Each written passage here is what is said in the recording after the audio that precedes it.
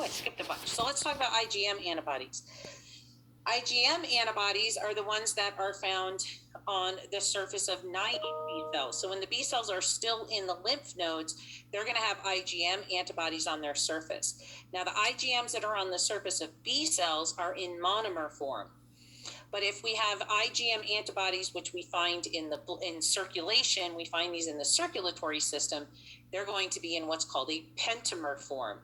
In this pentamer form, we actually have 5 monomers all bound together by a protein called a J chain. It's just kind of like a little rope that holds them together in the center here.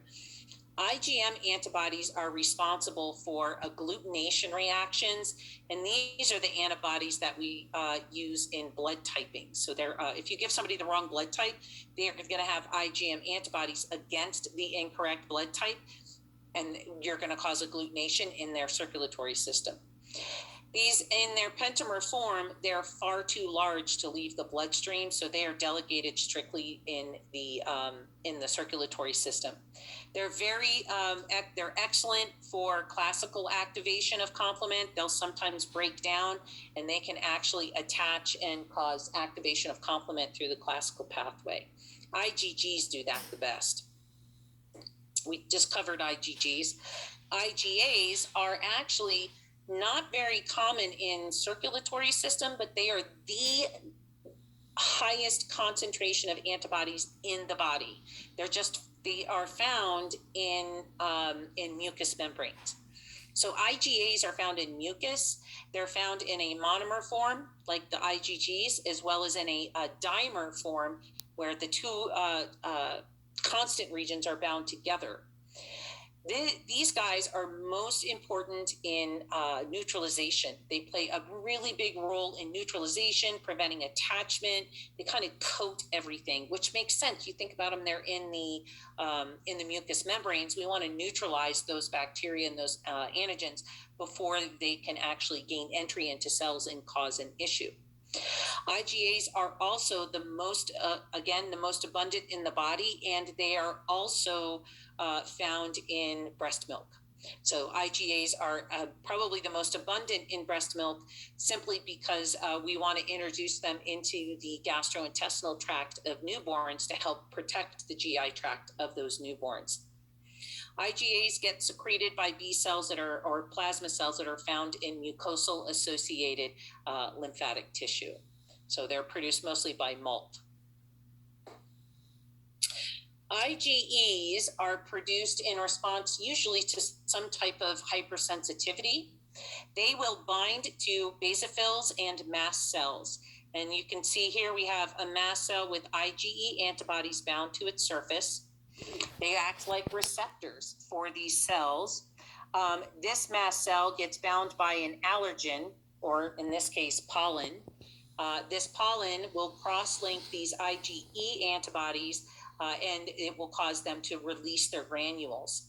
We can see them on eosinophils as well. They're sometimes on the surface of eosinophils. And again, same idea. An antigen binds the antibodies here. It causes these cells to release their granules containing histamines, lysozymes, prostaglandins. All kinds of different chemical compounds will be released that are usually toxic to surrounding cells. The primary function of the IgE antibody is actually in destruction of parasites. That's what there is believed evolutionary-wise they're originally produced for. They do play a role in allergies. We see a lot of IgE increase in allergy reactions, and this is believed to be kind of a loss of function of basophils and mast cells. And since these basophils and mast cells, we don't really have a lot of parasites in areas, we now have a higher number of allergies. We're going to talk about that problem and that process in chapter 17 and 18 in hypersensitivities. Then we have the IgD, which are the least abundant of all of the antibodies and the least understood. They make up less than 1% of the antibodies found in circulation, and they're mostly found on the surface of B cells with IgM. So when B cells are sitting in your lymph nodes waiting for their soulmate to come along, those IgM receptors also will have a co-receptor called the IgD. They're both antibodies.